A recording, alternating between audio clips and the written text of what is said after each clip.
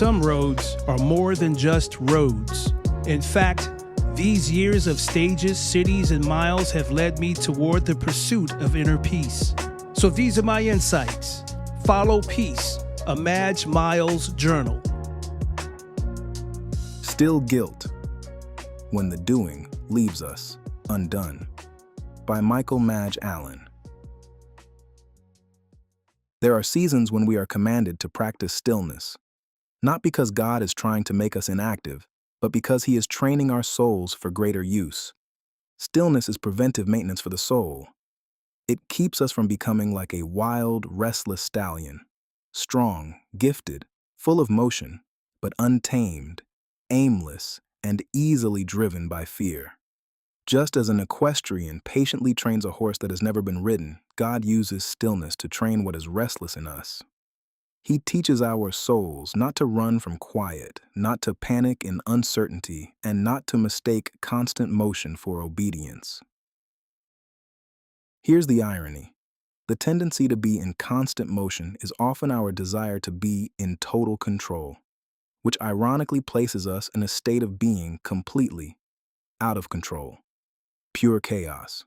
So, we are commanded to be still and know that He is God. In other words, He calls us to be intentional about taking time to remember that everything really is under His control. If we are always moving, always striving, always producing, always managing every outcome, we can slowly begin to believe that our success came from our hands alone. But stillness interrupts that illusion. It reminds us that there are doors we did not open, storms we did not calm, favor we did not manufacture, protection we did not arrange, and grace we could never have earned. There are some things only God can do. And in His wisdom, He has arranged our journey in such a way that we will eventually have to admit it. Not to embarrass us, but to anchor us. He lets us participate, work, obey, build, and steward.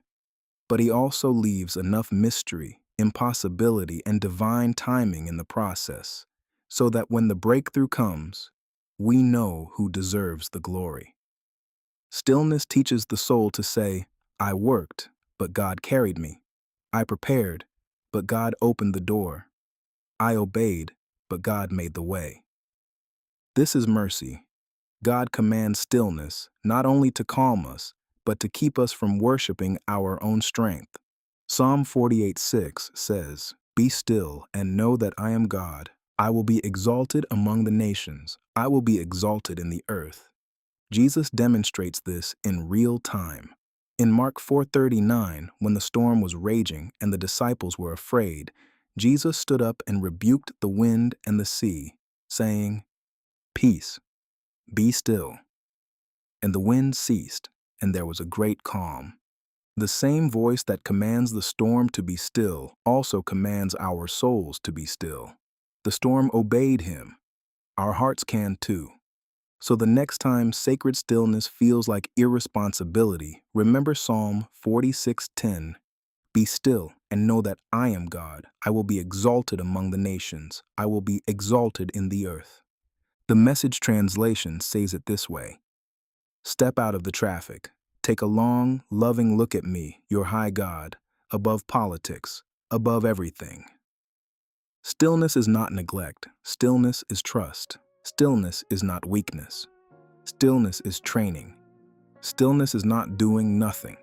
Stillness is making room to remember who God is.